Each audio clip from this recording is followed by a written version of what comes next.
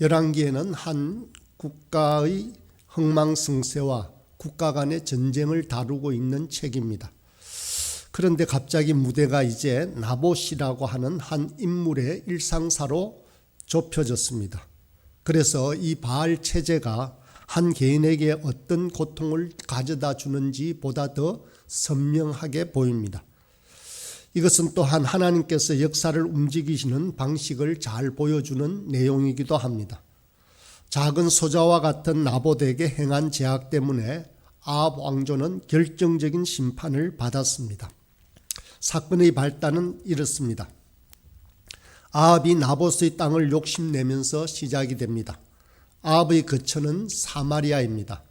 그런데 그는 이스라엘 쪽에서도 왕궁이 있었습니다. 아마 여름 별궁인 듯 합니다. 이곳은 참으로 멋진 곳이었는데 왕궁 한쪽에 붙은 나봇의 포도원이 경관을 해친 듯 합니다. 이곳을 없애거나 아니면 다른 용도로 사용하면 더 멋진 휴식처가 될 것 같았습니다. 그래서 아합은 나봇에게 이 땅을 팔라고 하였습니다. 이 땅 대신 다른 곳의 더 아름다운 포도원을 주거나 아니면 더 후한 값을 쳐주겠다라고 말합니다. 그러나 나봇은 이런 지하에 거부합니다. 그 이유를 이렇게 설명합니다. 3절입니다. 내 조상의 유산을 왕에게 주기를 여호와께서 금하실지로다. 여기서 말하는 유산이라는 단어는 다른 말로 말하면 히브리어로 말하면 나할라입니다. 이 나할라는 재산, 소유, 기업 등으로 일반적인 의미를 뜻하기도 하지만 이스라엘에게 있어서는 매우 특별한 단어입니다. 나할라는 이 유산이라고 하는 것은 하나님으로부터 물려받은 땅이다라고 하는 것이 정확한 의미입니다. 애굽에서 노예로 살던 이스라엘은 출애굽한 후에 가나안 지역을 차지하고 한 민족을 이루었습니다. 그래서 각 지파별로, 각 가문별로, 각 가족별로 나누어 주었습니다. 이렇게 불화받은 땅은 자손 대대로 물려받았습니다. 이런 이유로 이스라엘 백성들은 땅의 주인은 하나님이다라고 고백을 합니다. 그래서 레위기 25장 23절에 보면 토지를 영구히 팔지 말 것은 토지는 다 내 것임이니라. 너희는 거류민이요 동거하는 자로서 나와 함께 있느니라. 토지는 하나님의 것이다 라고 하는 것이 바로 이 나할라 신앙입니다. 이 나할라 신앙은 우리 인생이 무엇인지를 잘 보여주고 있습니다. 우리는 땅의 주인이 결코 아닙니다. 우리는 이 땅을 임대해서 살고 있습니다. 그러므로 성경은 우리를 청지기라고도 부릅니다. 지구라는 땅을 관리하는 자다라는 뜻입니다. 다르게는 달란트를 맡겼다라고 말씀하기도 합니다.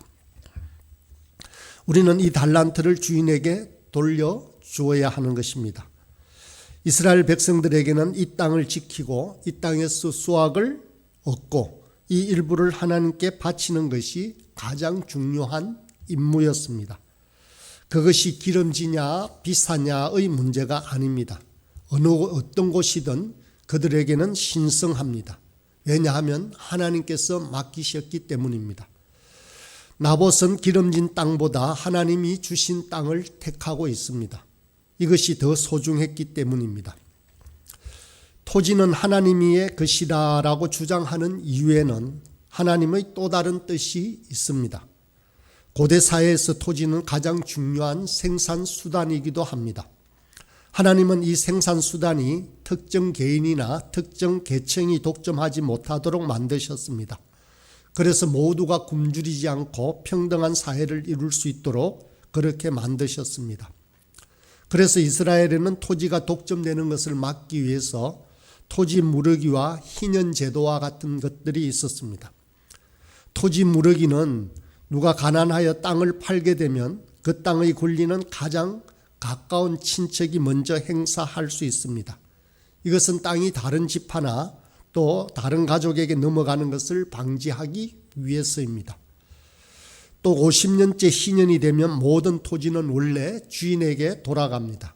평등하게 다시 출발하는 것입니다. 오늘날에 이것은 토지 공개념으로 실현하려고 하고 있습니다. 토지에 따른 불로소득을 회수해서 토지가 공공의 이익을 위해서 사용하도록 하여서 사회의 불평등이 심화되는 것을 막고자 하는 것입니다. 그러나 다른 편에서는 사유재산의 침해라고 반발하는 계층들도 많이 있습니다. 우리나라는 세계에서 인구 밀도가 아주 높습니다. 좁은 땅덩어리에서 토지만 지고 거기에서 이익을 기대한다면 사회적 불평등은 심화되고 경제가 생산적인 방향으로 돌아가지 않는 것입니다. 우리 사회의 대부분이 부동산 투기로 부를 축적하기 때문에 이 문제는 대단히 심각합니다.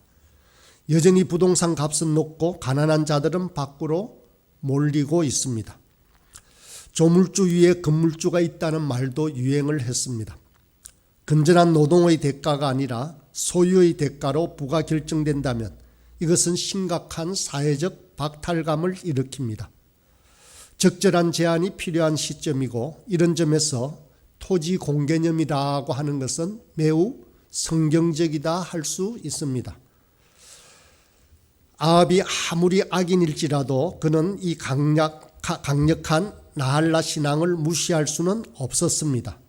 어떻게 하지를 못하고 끙끙 앓고 있는 것입니다. 4절입니다. 아합이 근심하고 답답하여 왕궁으로 돌아와 침상에 누워 얼굴을 돌리고 식사를 아니하니. 아합은 이 생각을 하니 밥맛이 떨어졌습니다. 왕궁을 멋지게 꾸미고 싶은 욕구가 그만큼 강렬했기 때문일 것입니다. 이 모습을 보고 아내 이세벨이 한심해합니다. 이세벨이 아합 왕에게 7절에 이렇게 말합니다. 왕이 지금 이스라엘 나라를 다스리시나이까? 무슨 뜻인지가 구별이 안 돼서 세 번역을 찾아보았습니다. 당신은 현재 이스라엘을 다스리는 임금님이 아니십니까? 라고 말합니다. 이 한마디에 이세벨과 아합의 신앙관이 잘 구별되고 있는 것 같습니다. 아합은 악인이지만 그래도 여호와 신앙을 완전히 거부할 수 없었습니다. 그러나 이세벨에게 있어서는 왕은 자기가 원하기만 하면 권력을 행사해서 무엇이든 빼앗을 수 있다라고 생각했습니다. 결국 나봇의 땅을 빼앗기 위한 계획은 이 이세벨이 꿈입니다. 이세벨은 아합의 이름으로 편지를 썼습니다. 나봇과 함께 사는 장로와 귀족들에게 그 편지를 보내었습니다. 이 음모에 같은 동네 사람이 주도적으로 참여했습니다. 오랜 세월 한 동네에 살았는데 바로 그 악에 참여하고 말았습니다. 이세벨의 음모대로 마을에 금식이 선포되고 그 주관자로 나봇을 가장 높은 자리에 세웠습니다. 그리고는 거짓으로 불량자 두 사람을 세워 나봇이 하나님과 왕을 저주했다라고 모함을 합니다.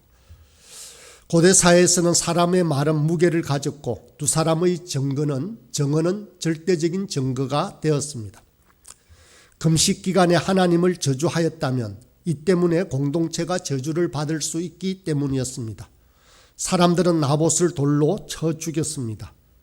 땅의 주인은 죽었고 그 땅은 손쉽게 아합 왕의 차지가 됐던 것입니다. 아합은 아름다운 왕궁을 차지하게 되어 과연 참으로 행복하게 지냈을까요? 이세벨로부터 동네 장로, 귀족, 불량배들이 악에 동참하고 있습니다. 아합은 자기 손에 피를 묻히지 않았기에 잘못이 없다라고 할 수 있었을까요? 결코 그럴 수는 없습니다. 하나님의 심판이 아합에게 집중적으로 내리고 있는 것을 보면 잘 알 수 있습니다. 이들은 거짓과 살인의 죄를 저질렀습니다. 성경에서 거짓말이 죄라고 할 때는 단순히 거짓말하고 속이는 정도의 행위만을 뜻하는 것이 아닙니다. 오늘 말씀처럼 남에게 해를 끼치는 거짓 증언을 말합니다. 진리가 아닌 것을 진리인 것처럼 속이는 행동을 말합니다. 이런 거짓은 권력자나 철학자나 정치가나 선지자들이나 이단이 행하기가 쉽습니다. 나봇의 경우 이런 식으로 나할라 신앙은 무너지고 땅들은 가진 자들에게 몰리기 시작했습니다. 가난한 자들은 땅을 자의적이든 사기에 의해서든 땅을 팔았고 나중에는 그 땅의 소작농으로 전락하고 말았습니다. 이스라엘에서 일어났던 불의의 근원은 다 여기에 있습니다. 그래서 아모스, 미가, 이사야와 같은 선지자들은 바로 이 악을 고발하였습니다.